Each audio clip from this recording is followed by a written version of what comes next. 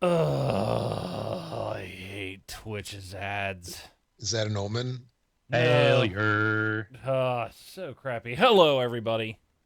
Hey, you'd think after 406 episodes, we could not have that happen. Well, yeah, you would think that if you mute Twitch's windows, that when an ad pops on, it wouldn't turn the audio back on. Because I can't sit in the dashboard if I don't get rid of it. So, all right. Hello, So everybody. I guess we know what grinds your gears, huh? Oh, jeez.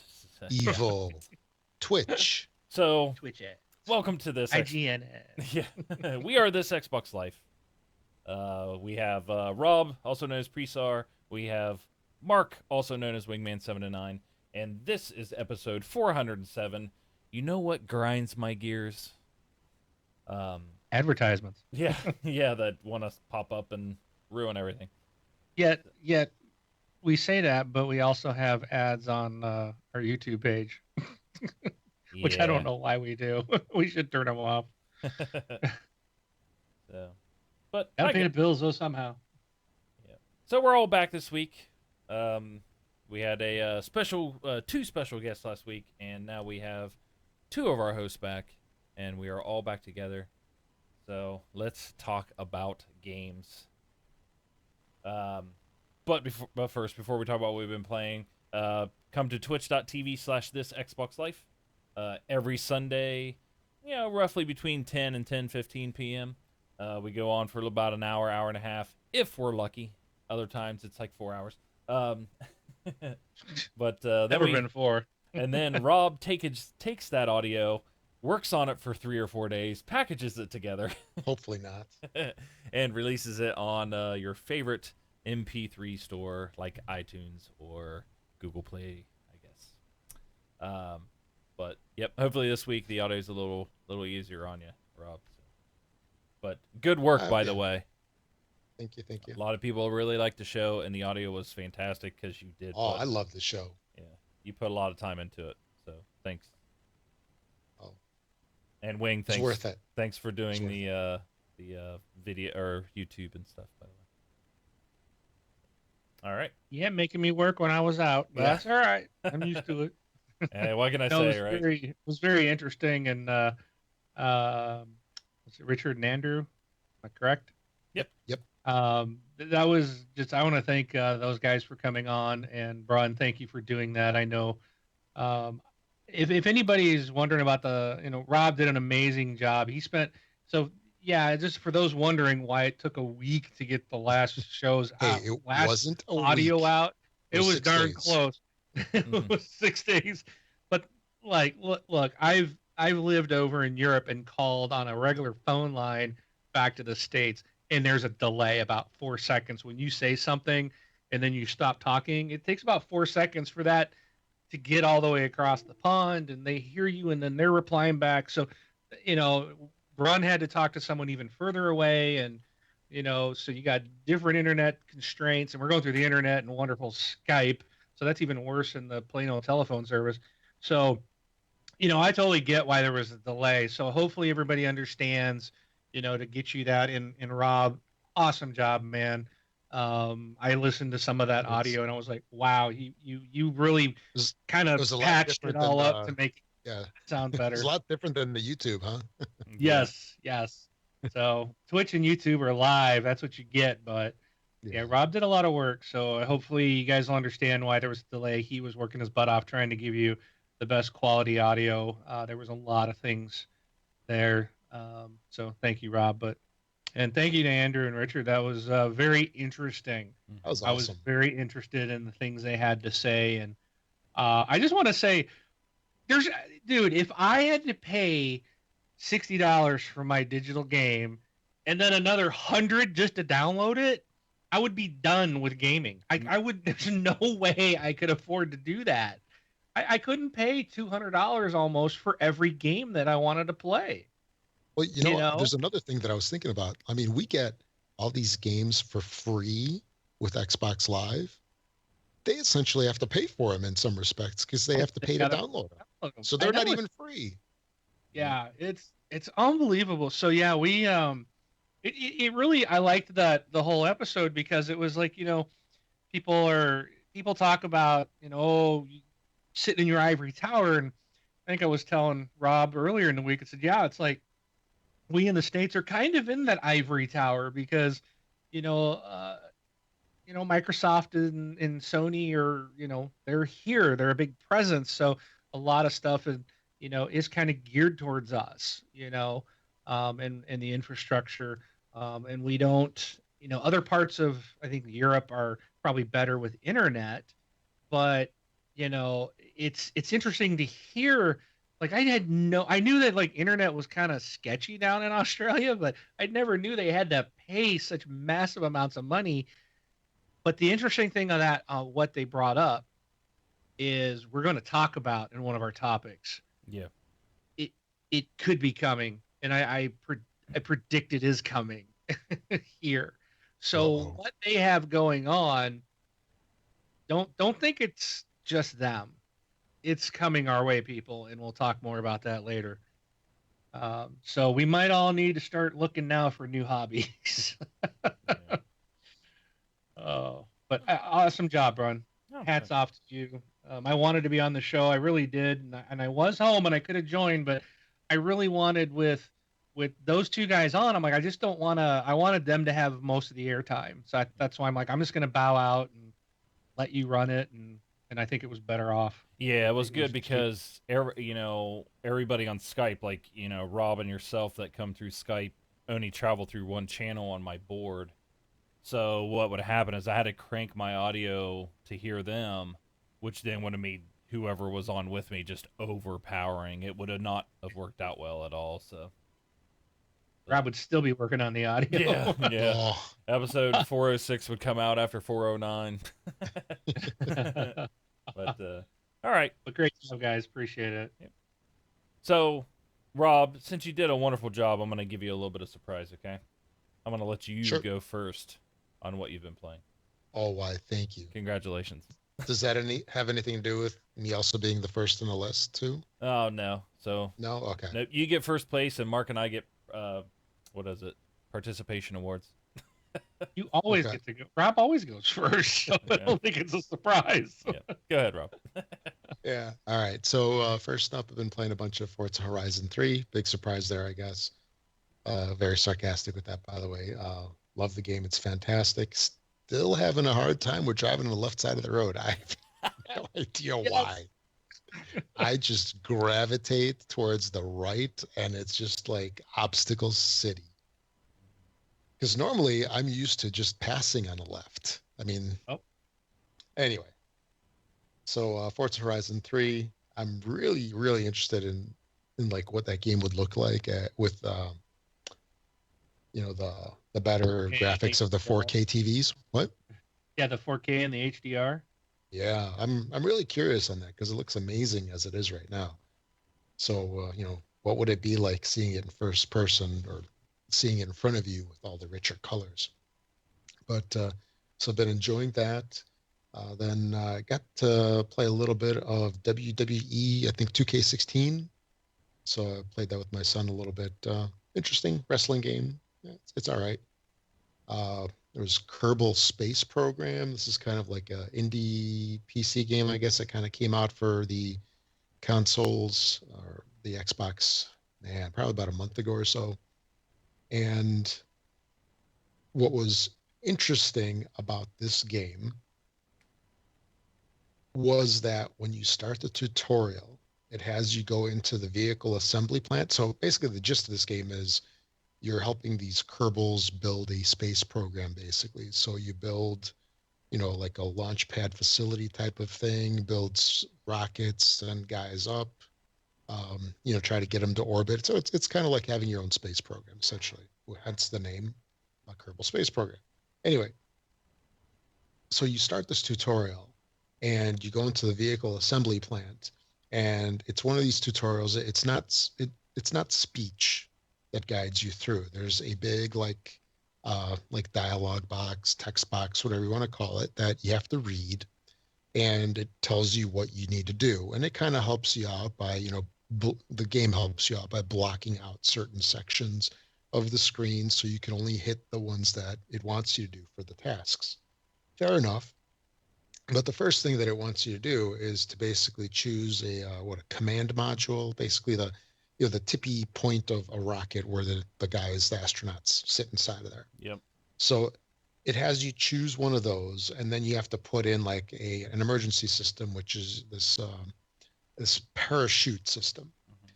So, and I don't know if this was just me or actually me or my son, or just it's weird version of the game, or maybe it's the Xbox version, period.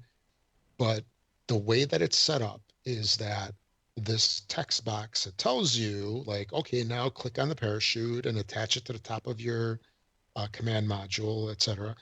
It's like almost in the center of the screen, and it covers up probably 3/4 of your command module.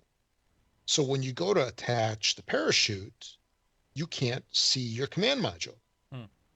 And you can't continue to make the dialog box go away because you didn't attach the parachute. So it's like a catch-22. It's so weird. You should be able to raise or lower your camera. I don't know which one does it. I have Kerbal Space Program on Did you try this game? I have it on PC, so okay. I don't know on the Xbox, but you can go up and down. Yeah. To get to see certain spots, so maybe you just have to move it up or down. It's probably one of the triggers, to be honest with you, or the D-pad. Yeah. The up and down on the D-pad. Try that to see if you can go up or down. Yeah, because it had it was like you hit the bumper button and then use the analog stick. Yeah. That was like to zoom around, but it just basically spins around the center. Yeah, you can and go that dialogue. Yeah. Up. You can go up and down because there's points in time where you're going to have like a very large or very tall rocket, and you're going to have to be able to go up, to the bottom to put on your rockets at the bottom and stuff like that. But yeah, good old Jebediah Kerbal. Jebediah so I would. okay. But I would think that, it obviously this probably is not a problem in the regular game, but it's just the tutorial. And because we spent a couple minutes just trying to see if we can move it around, and you could spin, you could do these things, but we just could not rotate or do anything to pan or anything to the screen to display it outside of that box. So just there's an odd thing. And maybe it'll get another chance. I don't know. Or who knows. So there was that. And then also I played some Super Mega Baseball. It's the game that was free this month or maybe the end of last month. I forget which. As part of Xbox Live. And it's kind of an interesting little baseball game. Funny looking characters. It's not a serious baseball game, which probably is good. Makes it a little bit more interesting, but yeah, it was a good game. Just totally annihilated my son. Yeah. In the first inning, unfortunately, it was like 30-0 in the first inning. Oh, geez. But yeah. But it's a nice game. It's probably one of the better baseball games that I've played. Yeah, it's very Mario baseball like. Yeah, exactly. Yeah, it's kind of fun. It's actually a good 2-player game as well, and they did a nice job. Very much reminds me of like the Wii Sports type of thing, but just more fun and better looking. Yeah. So another tip for you, just in general for Kerbal Space Program, because it is a space simulator. I mean, it's when you get into orbit, you have to do burns. All sorts of stuff. Go check out a guy named Scott Manley on YouTube. Okay. Sure. He is a Kerbal Space Program pro. He has some tutorials on getting started now. It is PC related where he's playing, but a lot of the stuff should transfer over. I know it's just controls that are different, but he's really serious in Kerbal Space Program. So, okay. Yep. I have to check it out. Yep. All right. Mark, what about yourself? All right. I played... I was on the road, but I took my Xbox One S with me. Was this the first time? This was the first time it traveled with me. How was it compared to the I don't know. It was nice. It was a lot less weight to carry. They didn't have the big power brick to haul. It was nice. Good. It was nice. So, but I played. I spent the week playing. Most of the time, I played XCOM 2, and I really, really, really like XCOM 2. But I'm really, really, really frustrated at the same time. I have, gosh only knows, I've probably got 30 hours in the game. I don't know what I got. I got a lot of time in it, but I've got to the point, and I'm playing on the easiest level, and I'm now to the point where basically everybody's been wiped out. I've got nothing but rookies, and the enemies are so hard that there's just no way for me. Basically, I'm gonna have to start the game all over again. Ooh, sounds like Kingdom New Lands. It's and this has been I've seen write-ups on this before because XCOM 2 has been on the PC for quite a while, and there's been a lot of complaints that the game is just overly hard. And that tends to be the issue with XCOM. Usually I'm always happen to restart and go through it again. And the frustrating part about it is it's like they've got this thing called the Advent Project, which it's like this ticking thing at the top and it's clicking down and it's like you've got to do all these certain things to try to stop and delay that. But it's like what I feel with XCOM is like that there's a very specific, like the developers know this is the path you need to follow exactly step by step. But there's so many things that you can do and research and go and do that the likelihood of you following the exact path that you need to get through the game is like near impossible, it seems like. So at this point, I'm really kind of frustrated because I'm a long ways in, but I'm like, I don't think I can progress any further because I've lost all my main guys. I can't win a mission now. Everything is just, I'm getting blown away. They've got these boss characters that instead of, they called it, what is it called? They can move after every time one of my guys makes a turn. I forgot what it's called. And, but it's like, normally my whole team will take their shots and then the enemy team shoots. But when they got one of these special boss enemies on the screen, so if one of my guys makes a move, and it's after, like each character gets 2 turns, right? So I can move somebody to cover. Then this boss guy he gets to move and kill and shoot and do whatever, and wipe out part of my team.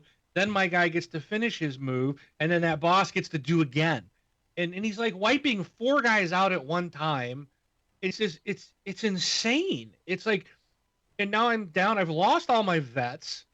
They got wiped out, and it's just like I'm on the easiest skill level here, and I know the game. I mean, I'm playing it correctly, putting in cover, using special moves, and it just doesn't matter. It's just like everything is so stacked against you, and I just wonder how in the heck do people play this game on the harder levels?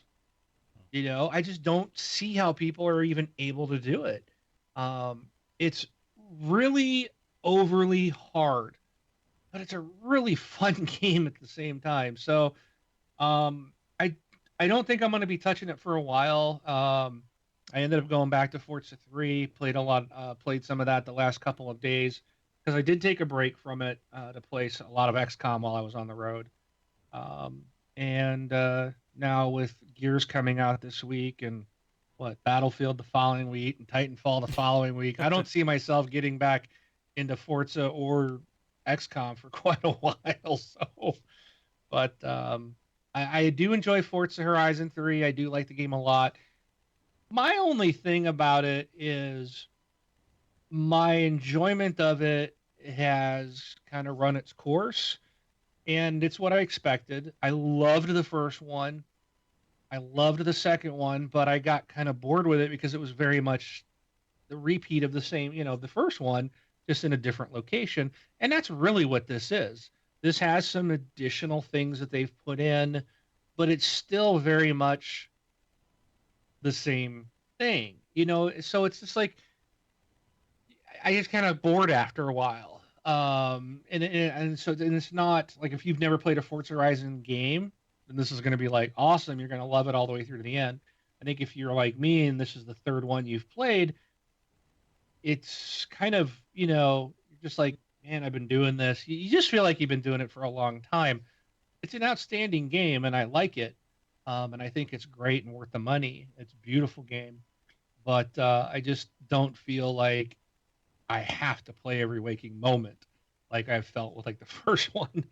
But we do have. I didn't check today, but I think it was yesterday I checked, and we have 175 people in our TXL club in Forza Horizon 3. So there's a lot of people out there. I do encourage, and we got a lot more people than that listen to the show. So if you're listening to the show and you got the game, you're not in a club already, definitely check out our TXL club. A lot of us in there. So it's cool. But I think that's all I've played this week. Yeah, that's it. All right. Cool. Well, let's see. I played like one thing of Super Mega Baseball. I just did it because I was just relaxing for a little bit. I have also played some XCOM 2. I do agree with you where it's like, oh, if you don't do it in these exact steps, you're going to get killed, because I was like on the first mission and I replayed it like 6 times because, for one, I wasn't going to lose one of my main people on the very first mission. Yeah. But I know I never really played XCOM. I've only played a little bit of it.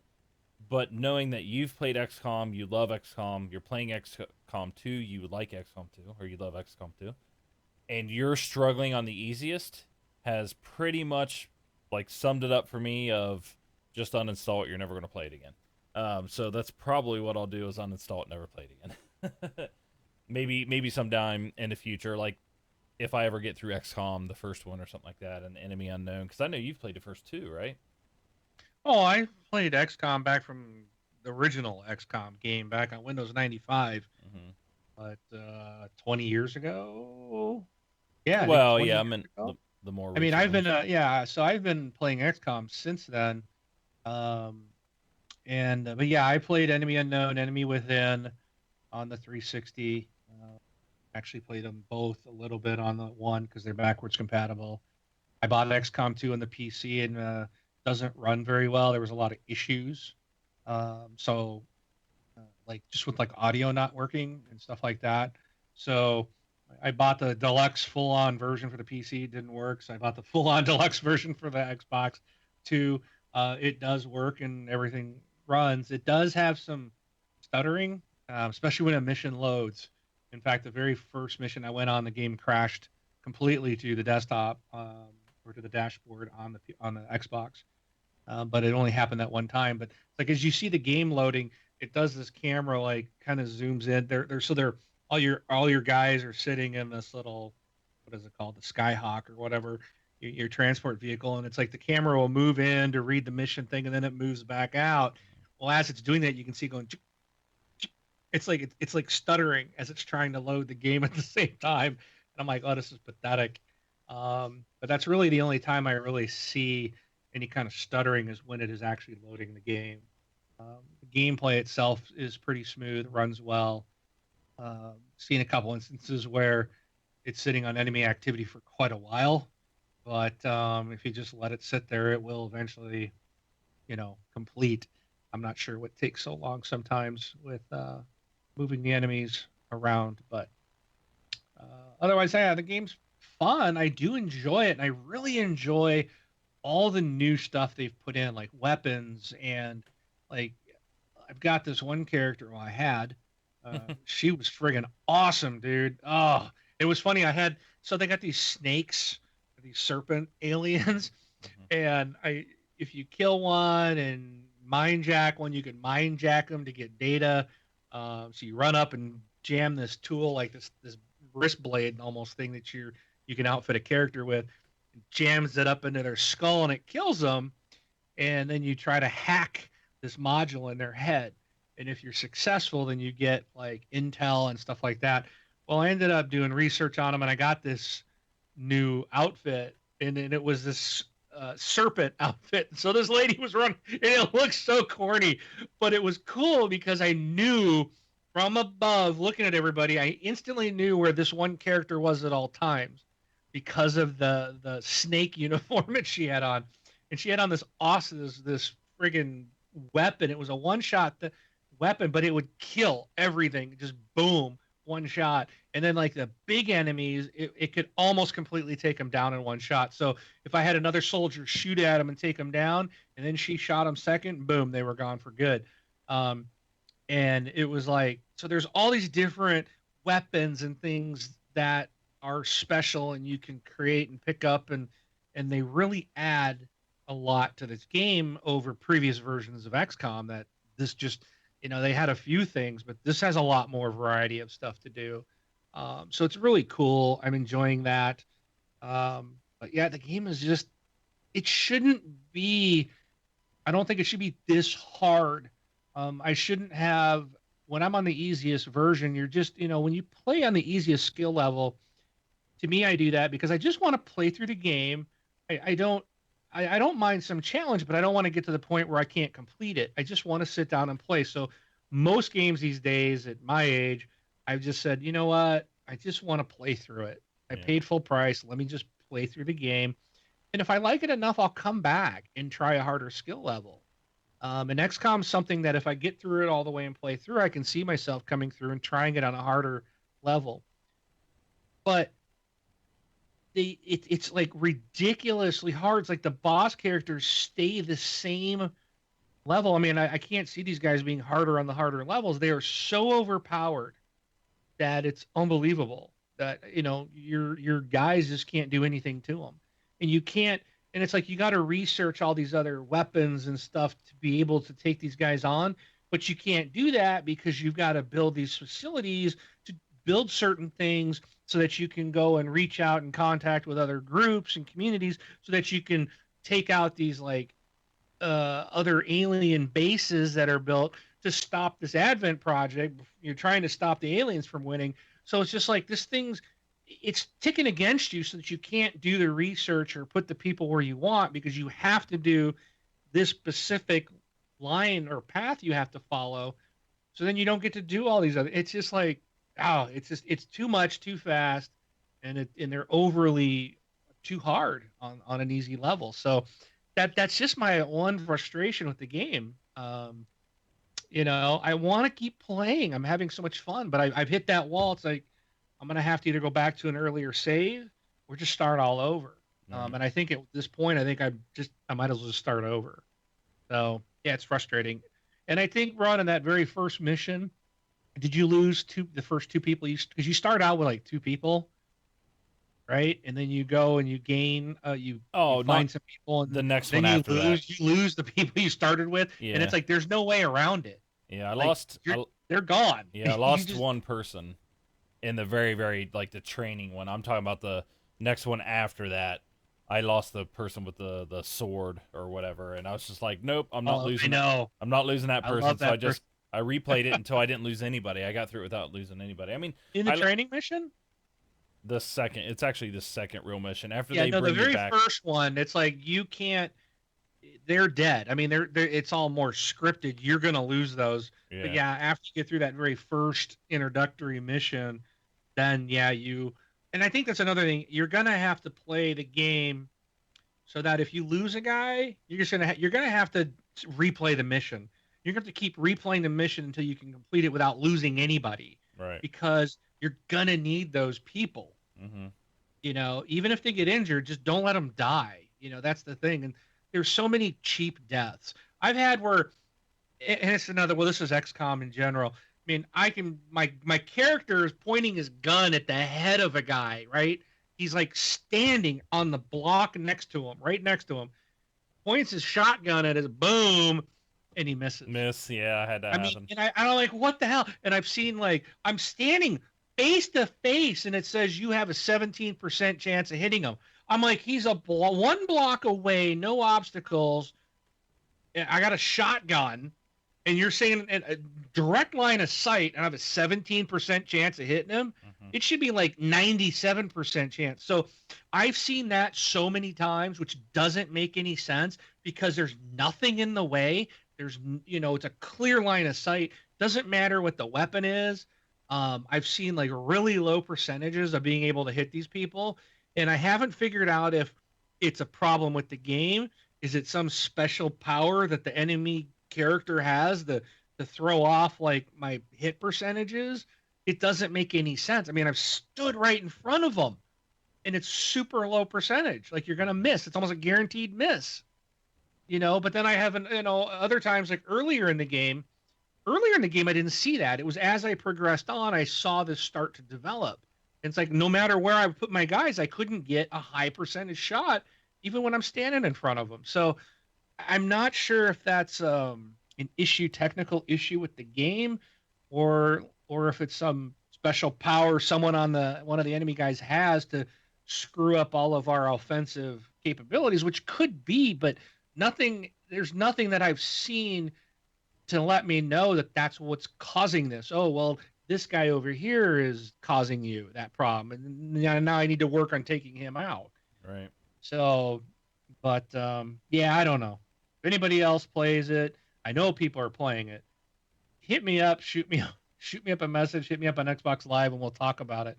Maybe you know something I don't know, but yeah, that's enough of me for XCOM 2. I know I'm putting it down, but it's fun. Yeah. It's just too freaking hard. Yeah. Well, then, I mean, mine is like, I never really was in it. So it's probably one of those things where, like, I was playing, it's like, man, I've had so much trouble. But in my mind, if you're having that much trouble, then maybe I'll just, like, take a step back and just relax. Because other than XCOM 2, I've also been playing Forza Horizon 3. Pretty game. I've had fun for what I've playing it. I know I've jokingly put the game as junk in my message just so I could trigger Wing a little bit, but I'm actually joking. The game is not junk. It just has. I love racing games. I love the Forza series. It just has that thing that every racing game has, which is, oh, look, here I am. I'm trying to make a turn. Oh, every computer car makes a perfect turn, and here I'm sliding off the road, even though I'm doing this and I'm doing that, and like, oh, look, a tree, and I barely tap a branch on it, and it puts me to a complete stop, and so it just has those kind of annoying things. But it's that's in my mind kind of expected. I knew that when I play Forza Horizon, that I'm gonna fly off the road, I'm gonna run into a tree, I'm gonna do this, I'm doing that. So like I think I'm ranked in I'm in the 20s, like 27 or something. I haven't put too much time into it. But I've had fun, and I think I'm about the same way you are, Mark, which is just like, okay, yep. That was a good game to play for my for my week that I needed to do something, because now it's Battlefield, Titanfall, Gears. Like, I know I'm going to play Gears. I want to beat Gears. Like, and I have to beat it. I have to beat single player like within a week. Yeah. But my thing is like, I'm not going to be like hardcore, like nothing, like all Battlefield. Like, I'm ready to spread things out. Like, I want to play a lot of Horde. I think the Horde sounds awesome and stuff like that. So I'm looking forward to those games. But yeah, with Forza Horizon 3 and XCOM, somebody would have opted for the Ultimate Edition, we'd be playing already. Yeah. Whatever. So. I was instructed I need to find a new sharing partner by the community. Oh, well, paying extra money to play it a few days early. So. Definitely when I wouldn't be able to take part in it, because I go to football until late at night on Friday. Saturday I have very little time. Sunday I coach football. I had a bunch of other things. I got podcasting. It's just like, oh, I'm not going to be able to really play it until Tuesday when it comes out. Yeah. So, but no, yeah, I'm just teasing. Yeah, it was good. I'm glad I didn't have the ability to play it early, because I came home after being gone for a week. Came home Friday, and I would have been glued to the TV all weekend. And I'm like, instead, I've spent time with my family. So. Yeah. Oh shucks. No, it's better. Yeah, but that's what I've been playing, and probably my list next week will consist of Gears and Battlefield, because I will be playing Battlefield on the 13th and on the 18th, because I guess I get to play that one early. So, but moving on. Oh yeah, you're getting Battlefield early as well. Yep. So, all right. This XboxLife.com/Patreon is a wonderful way to support the show. If you go to that address, you can become a patron of the show. And that is like a monthly subscription, if you would like to put it that way. You choose the amount. We have a couple tiers there for things like last week. Andrew and Richard, who were on the show, put on the tier where they got to be on the show. So that's how they got to be on the show.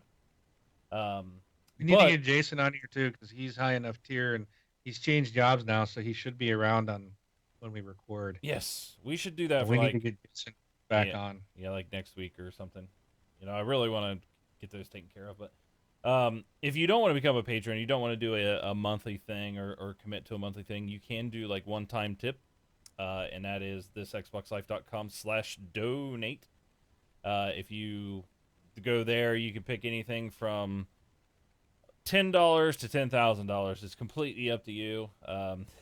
Actually, you can be from, I guess, a penny if you want, but I think we'd have to pay more money for. Yeah, we wouldn't actually get that. Yeah, we'd pay more money for the penny than would get a penny. But that is another way to donate. Unfortunately, we're not a Twitch partner yet, unless we can get another 200 and something people to watch our show at any given time that we're on Twitch. And then that way you could do our Twitch Prime and give us your free subscription, but we can't take part in that right now. So, roundtable. I wrote, there's some things that were going on this week to chat about, other than, hey, get ready for the Gears of War launch and get ready for all these launches coming up, because that seems to be the big thing. Everybody else is, like, people's really busy. A lot of the websites were at TwitchCon, and now they're at Comic-Con New York, and all sorts of things going on. So, but I had a couple things here.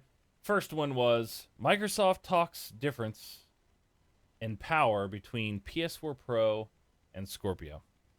I thought this was pretty interesting because we've talked about it, and do you guys, like, it's confusing to me because everybody keeps talking about 4K and HDR, and like our box does this and our box does that, and like, oh, but it's not true 4K, and it's just like all these question marks, right?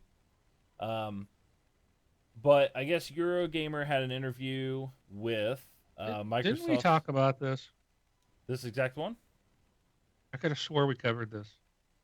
Wow. Okay. Yeah, it's an article from September 21st. Yes, we went through this article 2 weeks ago. Well, hey, it's on the front page of IGN's Xbox page. So, well, that's because they recycle their stuff. Oh my gosh. And they probably went and changed a comma and put a period in where it was supposed to be, and that made it a new article. All right. Well, I thought, but to me, I couldn't remember us talking about. I know we talked about something Scorpio related, but this one here was an interview pretty much where the guy was saying, right, they're not true 4K. They have a bunch of asterisks next to all their stuff. But yeah. Yep, because I read this on the show 2 weeks ago. Okay. Right, Rob? Or am I losing my mind? I remember talking about this. A little bit of both. Yeah. Because he was talking about how Phil Spencer was talking about the marketing behind what Sony's doing, and how we talked about how they were doing, what's it called? Checkerboard something. Yeah. And that's how they're getting their 4K, but it's not true 4K or native. It's pretty much crap, right? That's what they're saying. All right. Well, then, okay, so then the next thing is, I know we talked about this back in 2014, but there's an update. So, remember way back when, in 2014, it would have been Christmas time, and that one group that thought they were really, like, those one kids that thought they were really, really cool because they were showing off, like, hey, we're Lizard Squad, we DDoS attacked. Lizard. Yeah, we brought down PSN and Xbox, we're awesome, you know what I mean? Well, they got arrested and have been prosecuted. Good.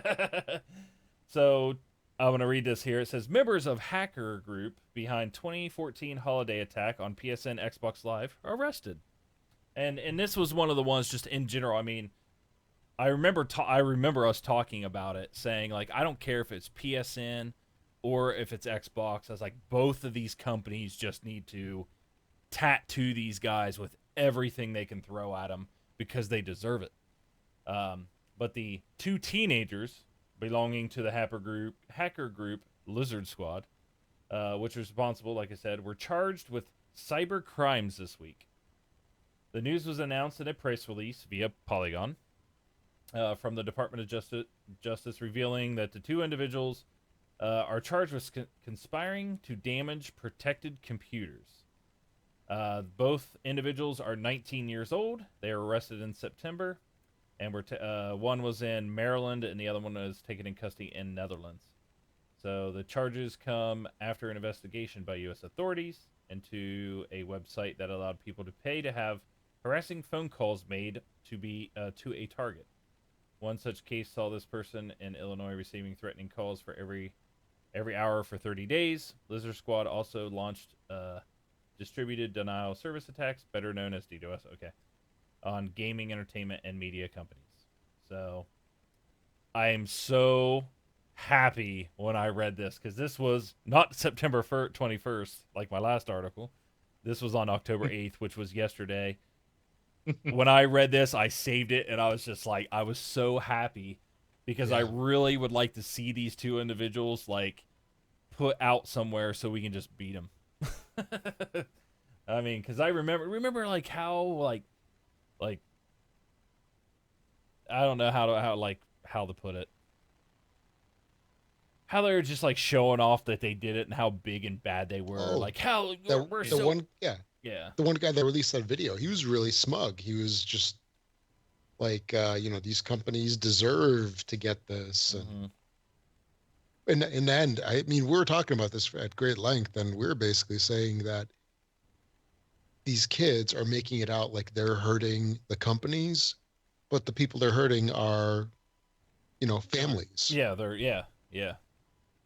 because I remember going into him like, listen, you ruined my kid's Christmas, I'm gonna break you for it. That's like how mad I was, because it's like, you're not hurting Microsoft, you're not hurting Sony, you're making it to where my kid thinks his Christmas present is broken, and you're 19 years old, so you're not a father, and they don't understand. But it's like, just let me have them for 5 minutes, just 5 minutes.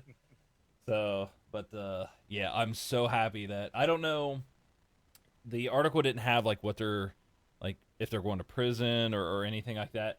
But usually when you get tattooed for cyber crimes, like, you don't get to touch computers anymore. Like, you get stuff like that, like, taken away. It's part of parole. Like, you're not allowed to touch a computer. You're not allowed doing this. So, like, I am just so glad. I would really like to see him go to jail for, 2-3 years, but it wasn't in there what's actually going to happen to him. But so happy to read that. But good. Couple quick things here. Halo Reach is now better on Xbox One than the Xbox 360 due to a patch for all you Halo fans. Okay, so I went and did this thing here. So you get 100,000 in-game credits for Rise of the Tomb Raider if you play it. And I don't know, was there a date on that? I think it was on Tuesday, wasn't it? Oh, was it only on a certain day? Yeah, I think it was on a certain day. Yeah. See, I was thinking it was like a span of days, but they never stated on what day it was on. So I just popped it in and tried it out. So I guess late in the game on that one too. Yeah, I want to say it's this coming Tuesday. Oh, let me see Tuesday. Because let me look it up real quick. Okay, do that. I feel bad I'm putting things in here that's like all over, but what the heck, Bron? Every news site I went to, these are like the top. It's like they're taking a week off. Well, Rob and I did. Why not everybody else? Right. I mentioned earlier I'm going to start playing Battlefield 1. Battlefield 1, if you have EA access, you can start on the 13th. I think it gives you it's like the 10 hours to play Battlefield 1 type scenario. And then it launches on the 18th if you are... it's on the... 18th if you have the early access, the 21st if you don't, something like that. So that is coming up for anybody that has the EA access. And Rob, did you get any info on it? Yeah, swinging back to the Tomb Raider thing. Yep. So it's a couple of things all tied in together. So they've got all the new content for Rise of the Tomb Raider, all the 20-year celebration stuff. So that's going to be available on October 11th, which is Tuesday. Mm-hmm. And then starting Tuesday and going for a week. So I was wrong about the 1 day thing. Okay. So starting Tuesday at 12:01 a.m. Pacific Standard Time until Tuesday, October 17th, 11:59 p.m. Pacific Standard Time. That's your time window of when you play the game. And they say every platform in every country is included in this promotion. Cool. So that includes Xbox One, Windows 10, Xbox 360. And they say the only requirement is that you have an internet connection to log on the game's server. And they say that they're giving out 100,000 in-game credits to purchase Expedition card packs. Very cool. Yep. So free credits. So good. Starting Tuesday. So you basically got a week from Tuesday to Tuesday. Yes. All right. Well, before I ask you guys if you guys have any additional things, do you guys watch Westworld? I know it's not gaming related. Oh yeah. Have you watched it?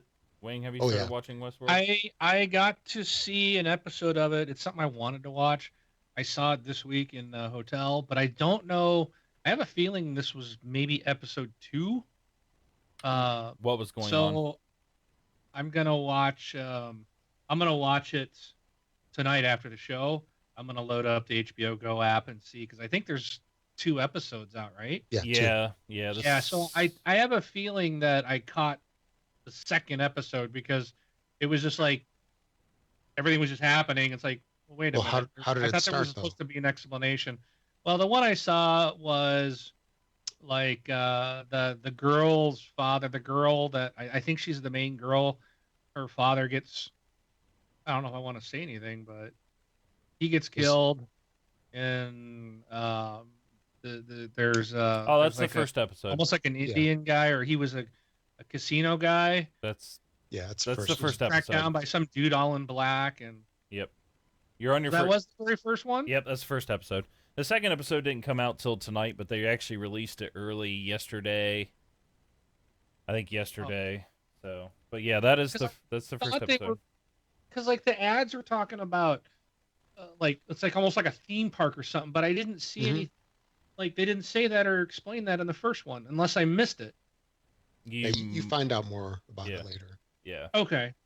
Did you watch the whole thing or just busy, parts of it? So I didn't get to like 100% zero and focus on it, because I was planning to watch it when I got back home. So yeah, I do plan. I'll probably watch both of them, but I'm also behind on. I got to watch the 2-hour finale of Fear the Walking Dead.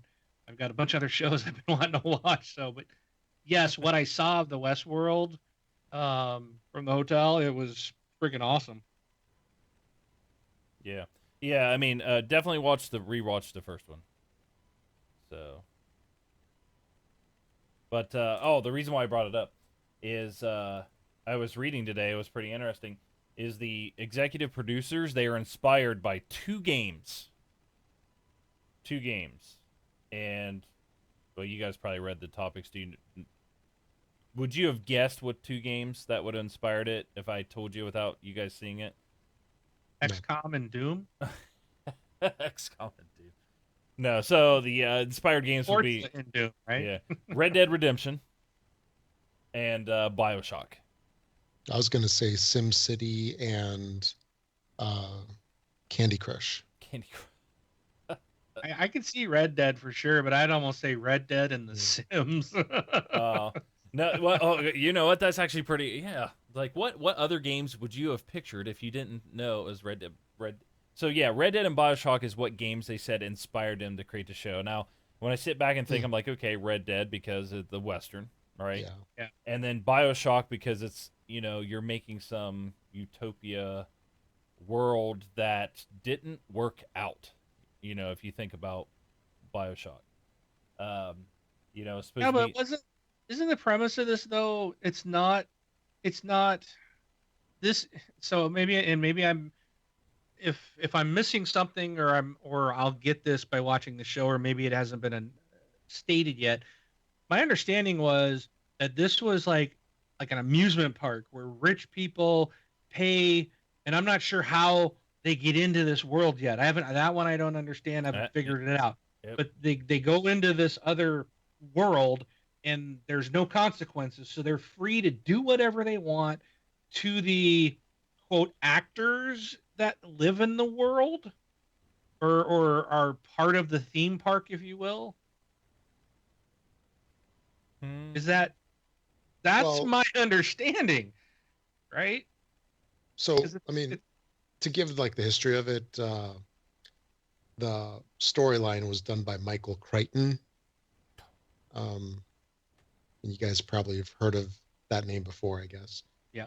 But it was a movie from the early 70s of basically like an amusement park, Wild West amusement park that used robots to be the characters, and the robots turn on the people and they start killing people.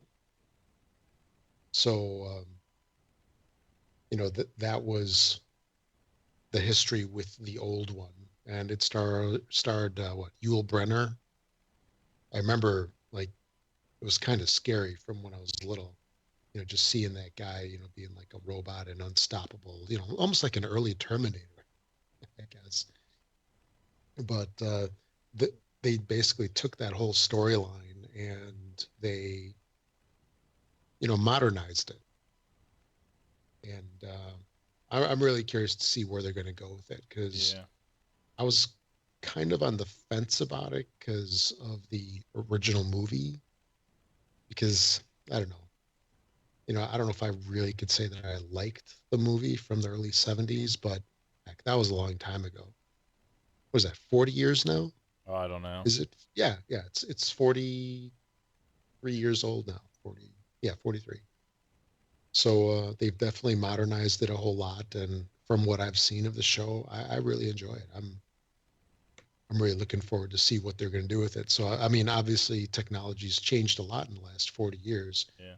And the whole thing is there's some kind of world where it's an amusement park per se, and they appear to have, sounds like, different kind of environments. It might not only be the Wild West. It sounds like they also had some other kind of worlds where they might have had like mysteries and such. So it wasn't just Wild West, but these robots get recycled through the different environments and such, and there's something going on, whether it's a virus, whether it's foul play. I think it's foul play, because there's that one guy in the pilot episode.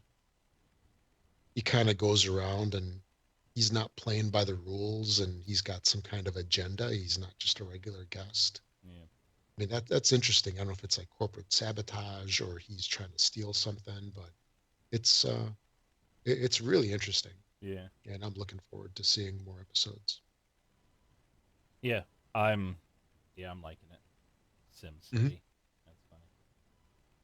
The Sim. All right. I mean, is there any nothing really going on this week? I mean, is there anything you guys else want to chat about? Or I know we have a topic that we'll be discussing that comes from one of our emails, so we can just bump down there in the community and move on. Sound like a plan? Sound like a plan? Yep. All right. Before we get there, to contact us, you can send us a voicemail, which we love dearly because we can get your voice into the show. And you can go to thisxboxlife.com and click on send voicemail on the right. Follow the prompts. We get it. We put it in the show. Answer your question. You can email us, which we're going to be routing off 2 emails today. And you can do that by going to the main site and clicking contact up in the top right hand, I believe, or in the top area.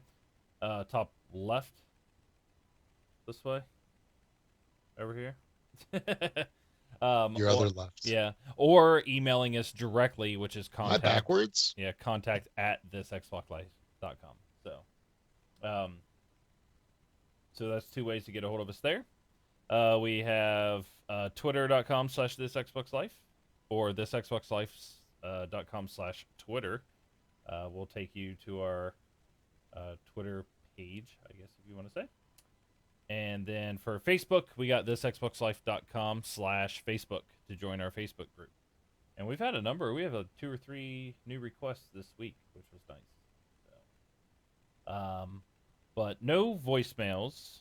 But we do have Facebook message, and we have 2 emails. So hit the emails first. All right, first one up is from Flame Slinger, writes in, let me tell you why boycotting EA access over Titanfall 2 is a misguided idea. EA wants Titanfall in EA access and undoubtedly tried, but in the end, it's not up to them. Unlike the other titles in EA access, EA doesn't own Titanfall. Respawn does. EA only publishes Titanfall, which means they don't get to decide whether or not to discount it unless expressly permitted to by Respawn per their publishing agreement. Respawn has leverage now, unlike last time, to tell EA no and protect their value of their intellectual property. Allowing a second-party distribution platform to sell your game at less than $60 is something that never happens for a new AAA game, and this shouldn't be an exception. If you want to be mad at someone, be mad at the lawyers working for Respawn, telling them not to devalue their intellectual property.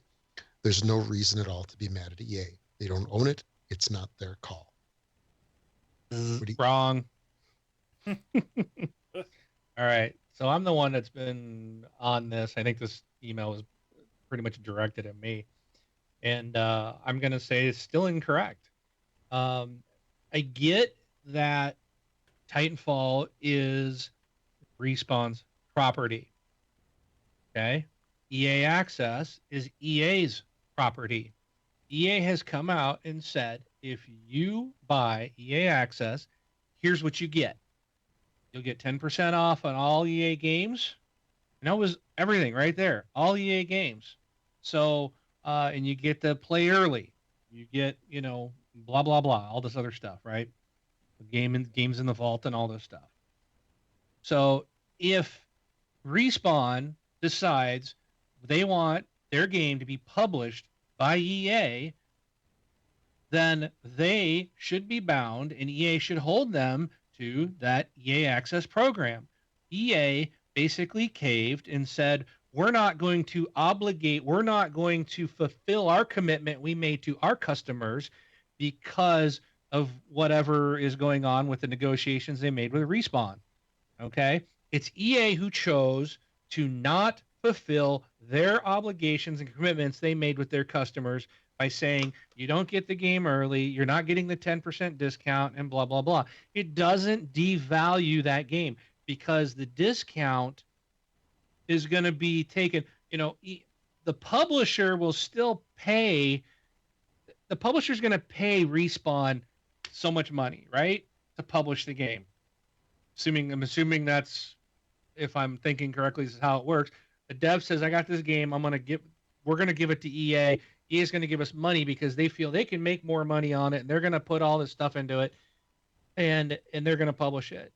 It's a digital title, okay?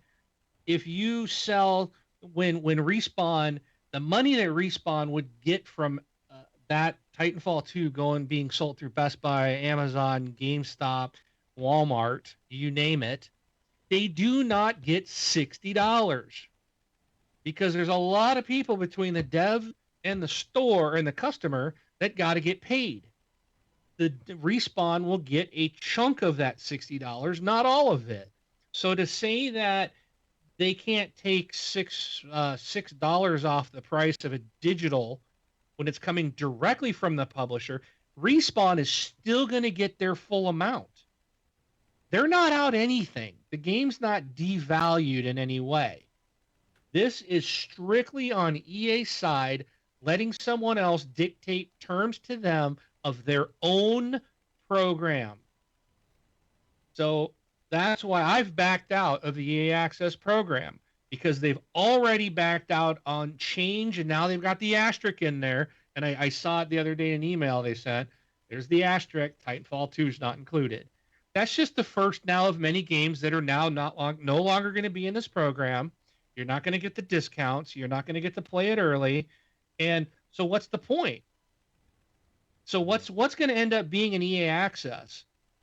Probably all the EA games that they themselves make, and not anything that they would publish for another company, because now others are going to follow suit for whatever stupid reason. It does not impact Respawn in any way.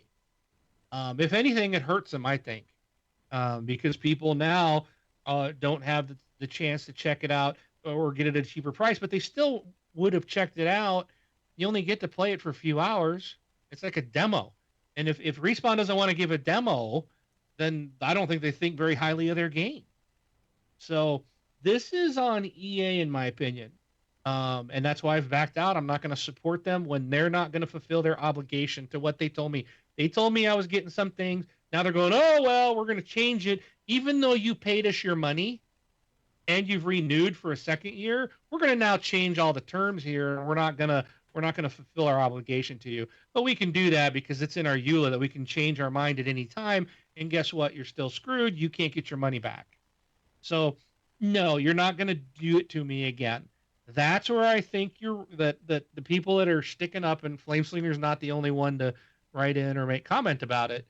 And yes, I do agree that it is their property. But EA Access is also the publisher's property. And the publishers are the one that are publishing the game for Respawn. So I feel that Respawn is obligated under that to do and be part of that publisher's program. EA should not have allowed it. They should have said, okay, go somewhere else. Because EA's screwing over their customers now.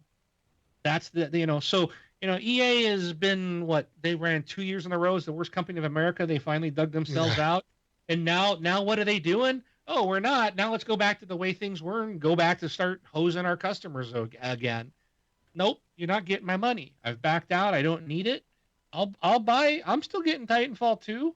I want the game. I'll pay it, but I don't need to pay EA 30, 50, 60 bucks a year, basically for them to say, oh, you're not going to get your discount anymore.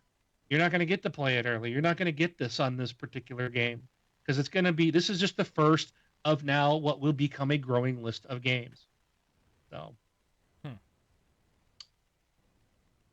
But, oh, and you know what? We did miss something. Okay. Oh, no, we didn't. It's coming up. Never mind. The topic I said in the very beginning of the show we'll get to, that's right, it's in our Facebook comments. So that's it. But I do appreciate, and I'm not, Flameslinger. I'm not saying you're wrong, you're dumb, you're stupid, nothing like that.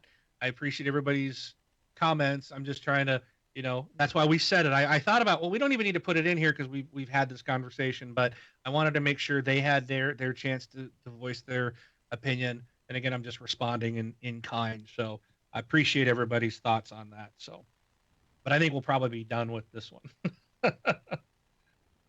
So, because I'm right, everybody else is wrong. Well, I mean, and the big thing is we're not nothing against Respawn. We're not nailing Respawn. We're not saying anything about Respawn. So I mean, we want them to get all the money they can get. Well, he's saying we should be mad at Respawn and not EA. No. That's what Flameslinger's saying. We shouldn't be mad at EA, where I'm mad at EA about it. I blame EA. Right. They should have just said, nope, you're in the program. Right. You want us to publish it? This is part of the publishing agreement, period. This is the commitment we've made with our community. And it's not that Respawn's not going to lose anything. They would not lose any money over this. Because guess what? EA is going to make money themselves. They're getting paid. Right. So that's the benefit. If they get people in this program, you get a discount. So EA might not make it there, but they're going to make on that commitment that you're going to, do every year with them. So yeah, it's, whatever. But next. Next. All right. Yeah, next. All right. Next one is from Vengeful Loki. I don't know if should I read this one? Well, Yeah, he it's just yeah, this is basically someone I saying know what? personally, Yeah, so yeah, it's saying hey, let's catch up. yeah. And then And he sent to you in yeah, front. he's been out of touch for a while. And hey, it's good to hear from him.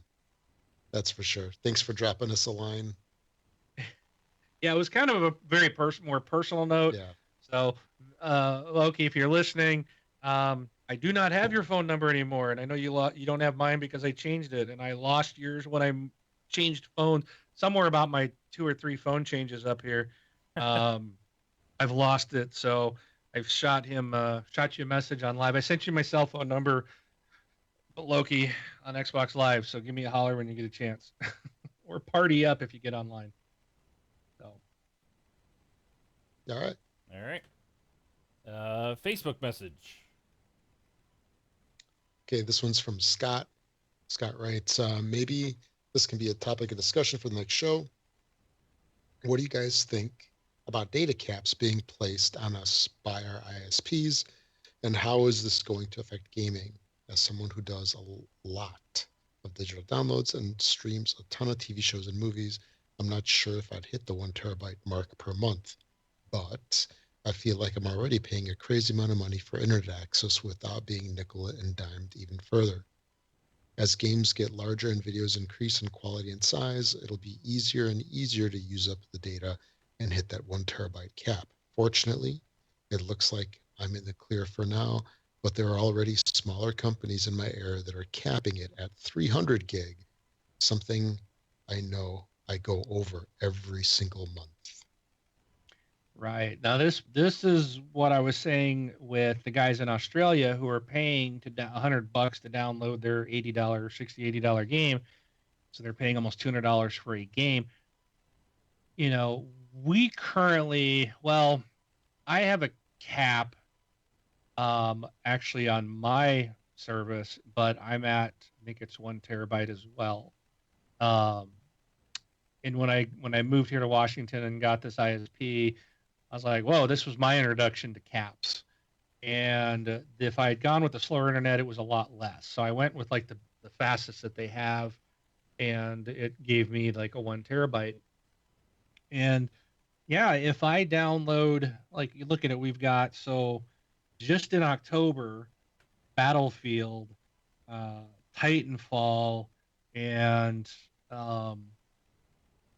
Gears of War, the 3 of them together are probably 150 to 200 gig alone.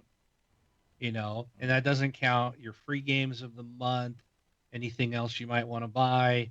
I stream my Amazon Prime. I stream the net HBO. I do a lot of that. My kids are watching YouTube.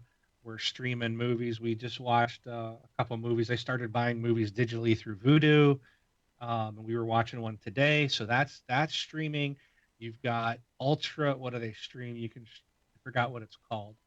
There's HD, but they have HDX. So I don't know if it's Ultra HD, but they've got their Super HD. I don't know. It's an HDX. So it's coming through in high def. Any movie I rent through the Microsoft store, is in HD. This stuff's it will start to add up before you know it, especially when you got an entire family and people are watching and doing different things on the internet, and you got kids playing games and downloading their games or their music or, books. And that's why I've, for a long time, these companies have started to put the caps on, and they make it sound like, oh, nobody's hitting this. I think this one article I was reading recently was, nobody's hitting this now. Like 97% of customers don't even come close. Yeah. But we really aren't we're in the process of moving everything to digital, and we're going to 4K. Yeah. So 4K stream. So right now, yeah, I mean, think about, I'm down, the Netflix, the YouTubes, the Hulus, all that stuff. What happens when you hit 4K? And now you're streaming 4K video. Your data is going to grow massively. and you are going to seriously blow past 1 terabyte. And what are they going to do at that point? Now they're going to start charging you for that. And that's what these ISPs want. They've got it in other countries, and people are paying to download the game. They're paying more than the cost of the game to download it in Australia. It could very well likely happen here.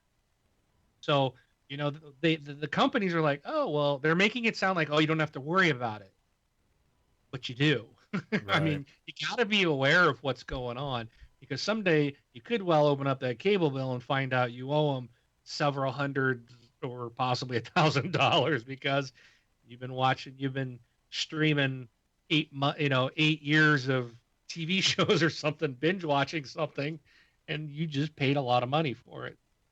So it's coming. That's all I'm saying, people. Yeah. It's coming. Some people already have to deal with it today. So I'm just looking at Netflix right now. So they have different quality settings. If you're running it high, to get the best quality video, because I think right now I'm set to auto, so it'll probably vary depending on conditions.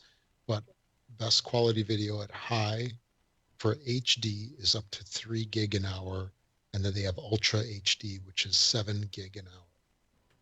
And if you have kids playing, I mean, let's say a kid watches 2 hours in one day, that's 14 gig burned up right there. And if you think like every day, just watching a couple hours, Netflix can just burn up an entire 1 TV, probably. Right. Yeah, I mean, I hate the, oh, we've looked and not very many people hit the cap. And I mean, like, okay, what about streamers? Like, we have New Face Games in our chat right now. He's a streamer. We know Darkness429. He's a streamer. What about like people like that are streaming, like us? Like, what about myself? Like, I'm eating up a bunch of bandwidth right now streaming out. And I mean, I know ours is in a game and we're not doing it for 8 hours or something like that in a day, but I hate the excuse of like, well, not everybody's doing it. Well, you know what? If everybody's not reaching it, don't put a cap at 1 terabyte. It's a stupid excuse. I don't like that excuse. They can't sit there and say, oh, we're going to put a cap, but not very many people hit it. Well, if not very many people hit it, then why are you putting a cap out in the first place? Right. That's just crap. They're just doing it, like Mark said. They're doing it to put it in place because they know here pretty soon everybody's going to be doing it. So it's just, I mean, it's ridiculous. And it's just, I don't know. Yeah, we already pay. I say it now, but like I said, the folks down in Australia and stuff like that are probably want to reach through and beat me to death for saying this. We don't pay as much as they do for internet. I don't have caps. Scott, if I'm not mistaken, was he in PA? Is he in Pennsylvania? Can't remember if that's where he's at or if he's moved. Or maybe I'm thinking somebody else. But I don't have caps. So I'm with Time Warner, and they're typically like all over it. But I think it's Comcast is putting in all the caps right now, isn't it? Aren't they the ones that are going around capping everybody? Yeah, like Comcast is, I know. Yeah. With their Xfinity, I believe that's where I read the article. Was about Xfinity putting caps in, and I thought Time Warner was. I don't know. I'd have to look it up because they're Spectrum now. I mean, they got bought by somebody else. So, I hope not. So, but it's coming. I got a smaller ISP, and they do it. So yeah. It says here the FCC will not. Let's see, this is from April this year. The FCC won't let Charter, Time Warner put data caps on internet plans.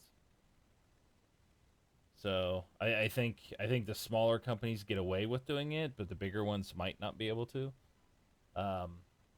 But this is the whole thing. If everybody goes back and remembers this is like all the stuff that's a part of not letting internet get ran by the government and like all those things that happened in the past, but who knows where that's at now. The net neutrality stuff, I think was including in data caps and all that.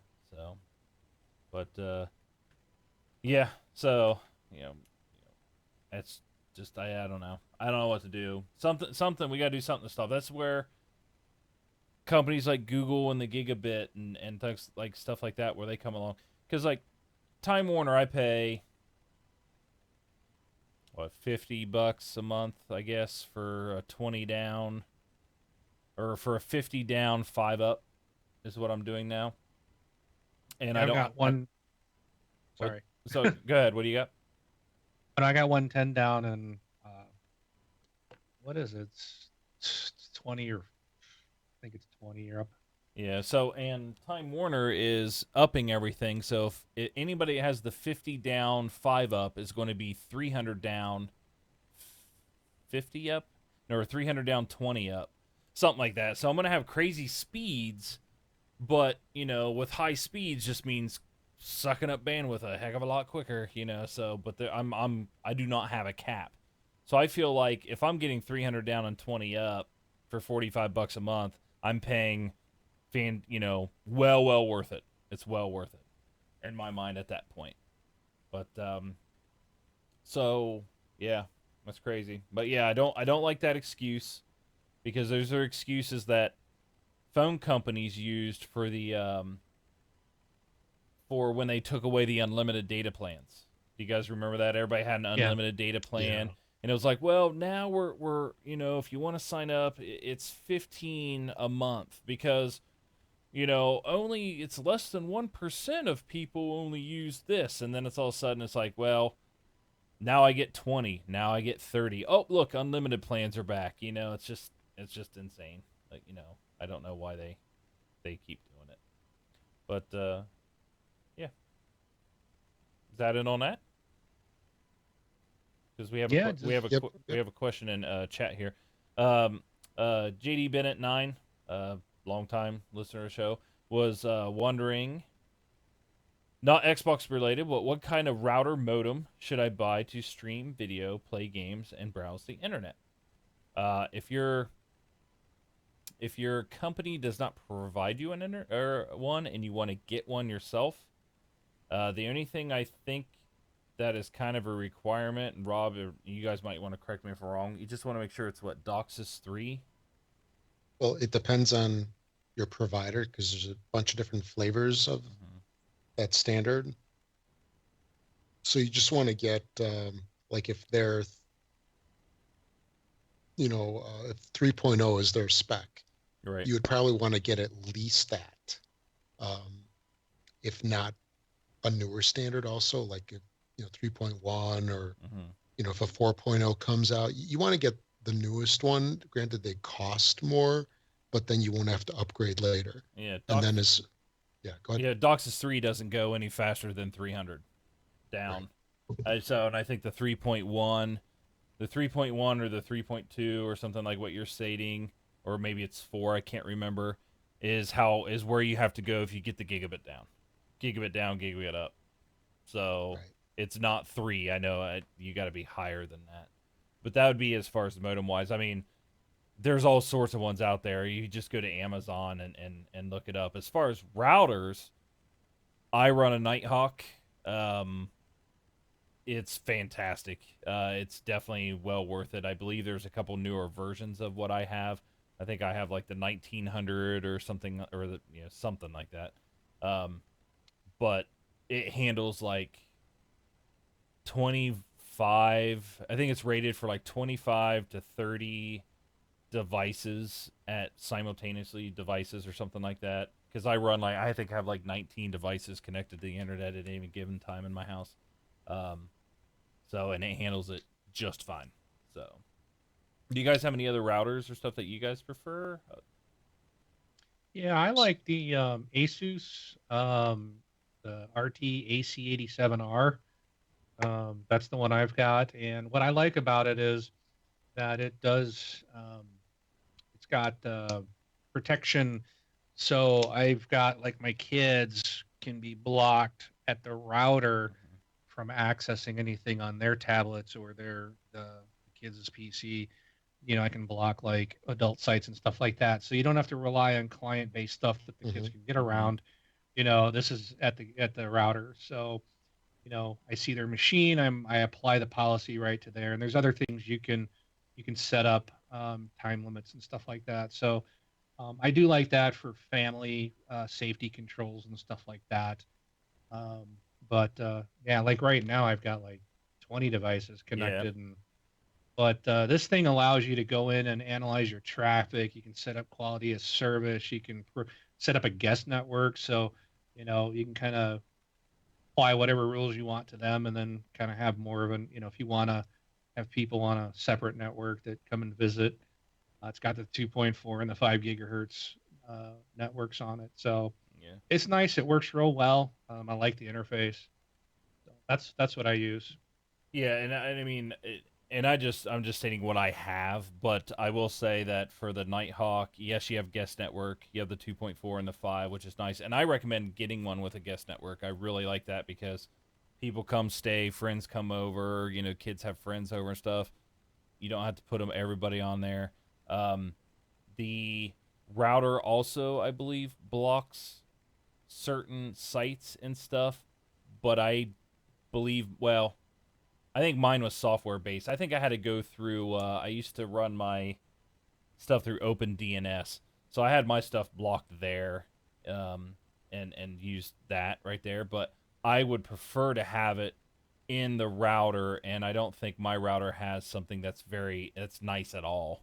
I think they basically just say, hey, our router can block, sites and stuff, but download this software and yada, yada, yada. So, Marg, I would like to see the model that you have of that, or where it's at, and maybe you can put it on Facebook for JD, because I believe he's on our Facebook group as well. I think there's a newer version of this router.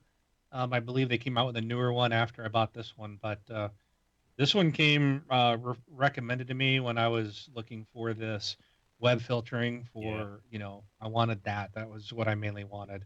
Because it's like, okay, I'm about time to let my kids start getting on and doing things, and they need to do things for school. And, you just want to protect them as much as you can. Sure, yeah. So there's a lot of crap out there that finds its way in. But it does. So this thing it's got parental control, so you can do time scheduling for their device.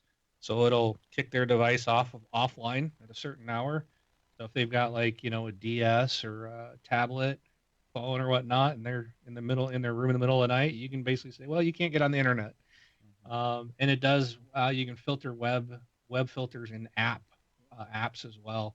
Plus it's got a bunch of network protection stuff on it as well. So I like it. There's a lot to it. It's Amazon's got them. I think it was $218. They are expensive, but I've been using one since the beginning of this year. And it works real well. Yeah, I run the AC 1900, which is like the R7000 Nighthawk, and I think they're going for like 160. But I will say, based on what Mark's saying there, I would put out a little bit of the extra money and get one like that. If that's stuff you want to get into. Sure, and one thing to consider about these two is that a lot of people, and since you guys have mentioned yours, I have an Asus also, but it's a AC 1900. Along the same lines as what Brun's got, but it's the RT AC68U. So it's a little bit of an older version of the one that Mark has, and the features on it are phenomenal. But the one thing that I do want to add that a lot of people don't seem to get when they're buying these things is people will drop all this cash at a monthly basis to get fast bandwidth. And then they'll go out and they'll buy like a $30 after rebate router, like the cheapest one that they can find. And it's going to throttle you. It's going to throttle you because these things do not have the horsepower in them to route traffic. The routers that I use at work at a daily basis for enterprise networks, they're like, your average one is somewhere between $6,000 to about $12,000. There's a reason why the home ones are $30, $50 after rebate, and just they don't have the throughput. if you want to be able to really judge routers really well, get a good recommendation, is a website called Small Net Builder. It's smallnetbuilder.com.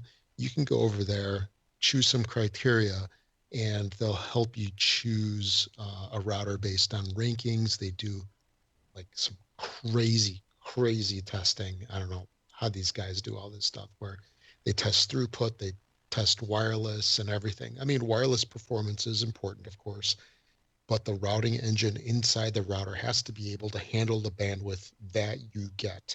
If you get a router that maxes out at 30 meg, you can have 100 meg from your cable company. You will never, ever receive that throughput. Right. You're just wasting money. Yeah.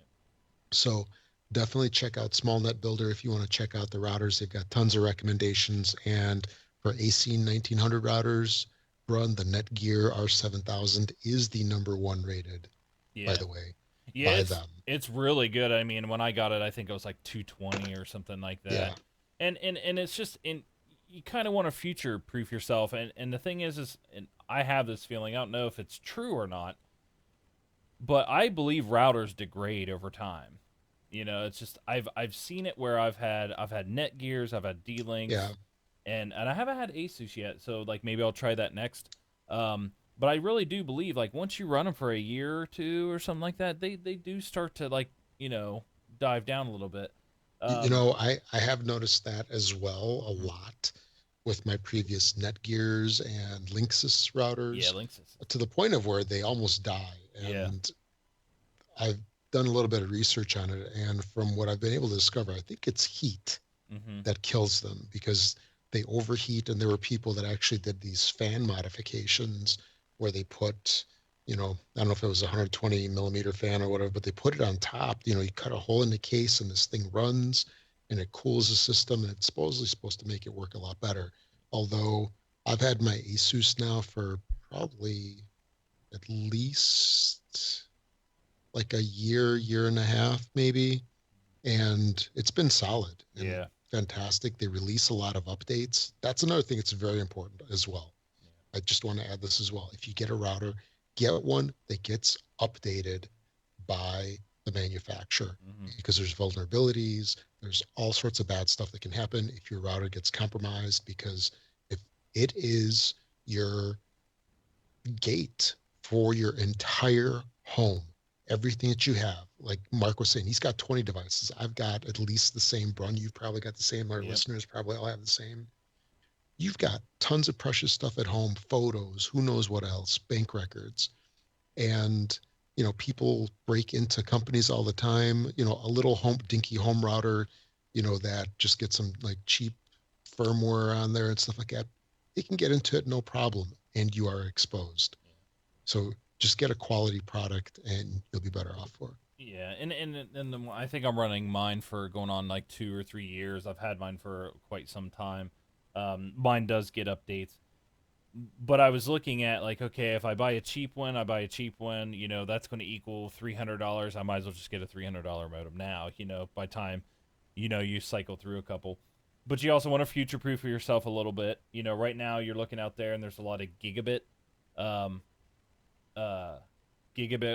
mode or routers out there now. Should you drop $400 on a gigabit router now? Because who knows when you're going to get that bandwidth down. If it's something where it's coming to your town or you have it in your town, then sure, get it. Because like Rob said, you'll be throttled at your router if you don't. But don't drop a bunch in and think you're going to future-proof yourself for 10 years. Because like I was saying, I think your router will eventually kind of crap out on you. So really be smart on planning your upgrades and when things are going to happen. If I did one now, I'd probably future-proof myself for a gigabit version.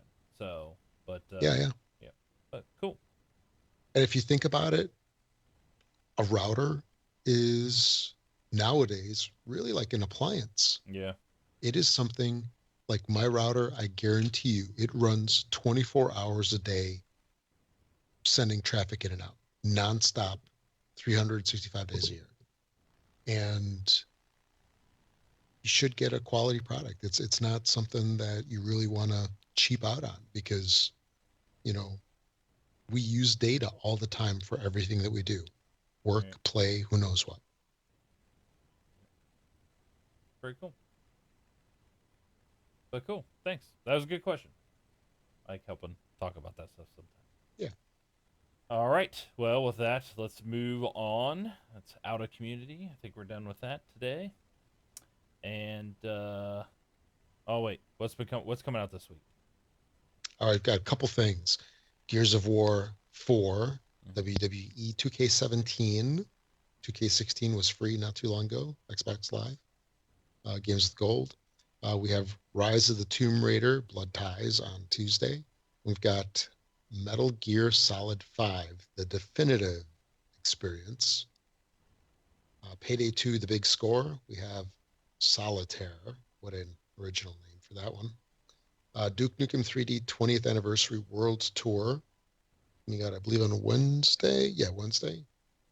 And then Mantis Burn Racing, or Mantis Burn Racing. For the 360, we have a single title, and that's WWE 2K16. And Games with Gold for this month, got a couple of days left for the first half of October. You have a couple more days to get Assassin's Creed Chronicles China. Personally, I've enjoyed the Chronicles series. Definitely a good time. You know, not too crazy of a gaming experience, but you know, just fits that or scratches that itch that you need for some cool gaming. And then Super Mega Baseball Extra Innings that started up at the beginning of the month. It'll go through the end. That's for Xbox One. And then starting on, this coming week, we will have the Switch, right? When's the 16th? Is that when we're doing the next show? Okay. I won't talk about the second half of the month because we'll hit that next week. Xbox 360, we currently have for a few more days MX versus ATV Reflex. Don't forget, for the 360, that is a backwards compatibility title, so you can also get that and play it on Xbox One. Then lastly, Amazon time here. If you're making any purchases on Amazon, please use our affiliate link. You can find that on our website, thisxboxlife.com. Just click on the big Amazon logo. It'll take you to Amazon. Use that each and every time you make your Amazon purchases. We get a little finder's fee for sending you their way. It only works for up to 24 hours or until your next purchase.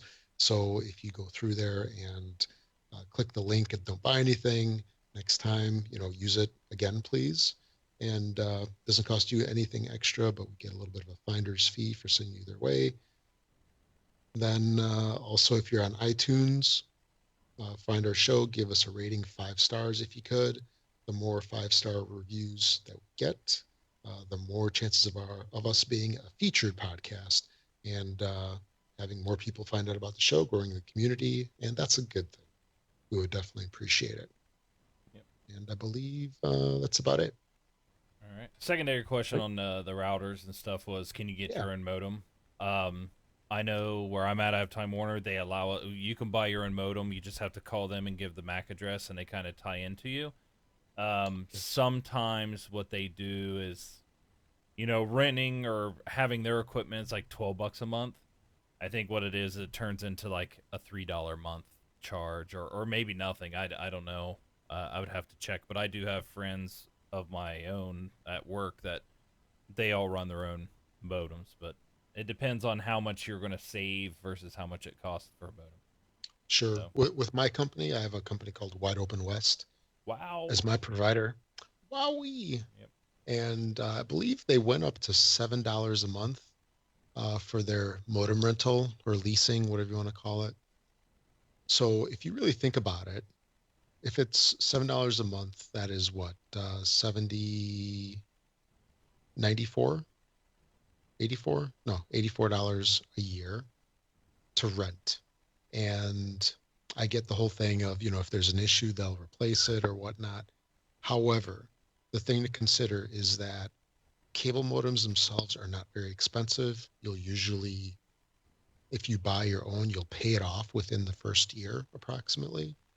And the only time you'll really need to change it out is, let's say, if you up the speed and you need, like if you've got a 3.0 modem and you need a 3.1, that would be a compelling reason to upgrade. Beyond that, I don't know if it really matters too much. But when you do decide to get your own modem, definitely make sure that it's a supported modem by your cable company, because they do push out firmware and such for specific models that they support. You really don't want to be left hanging with an unsupported modem. I think most companies will activate just about anything, but they won't update everything.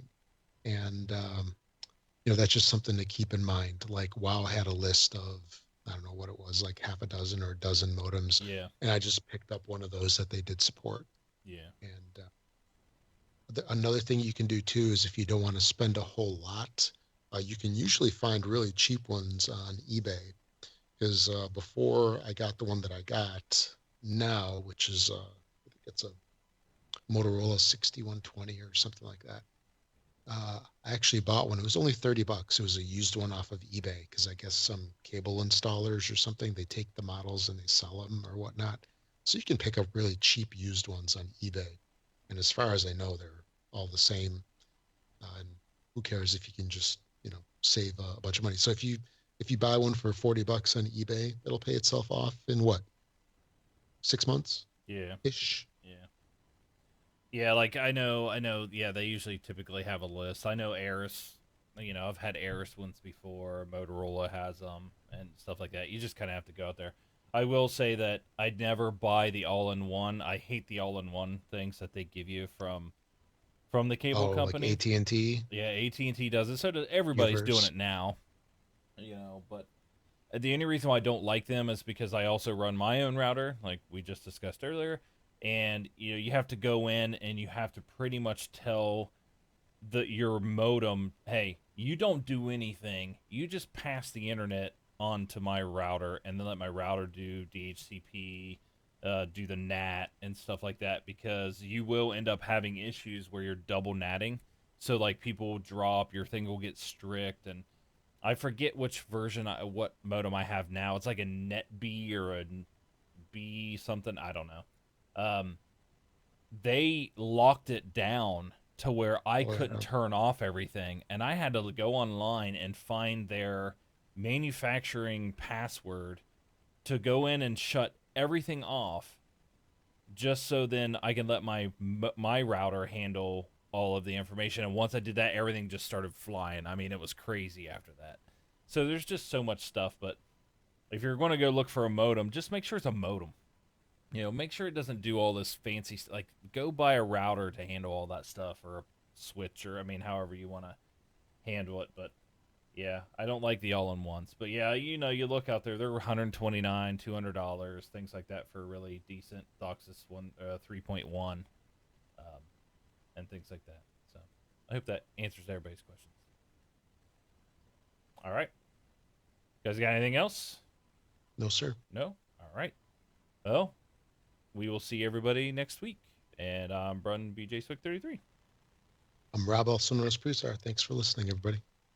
I'm Mark, aka Wingman 709, taking off.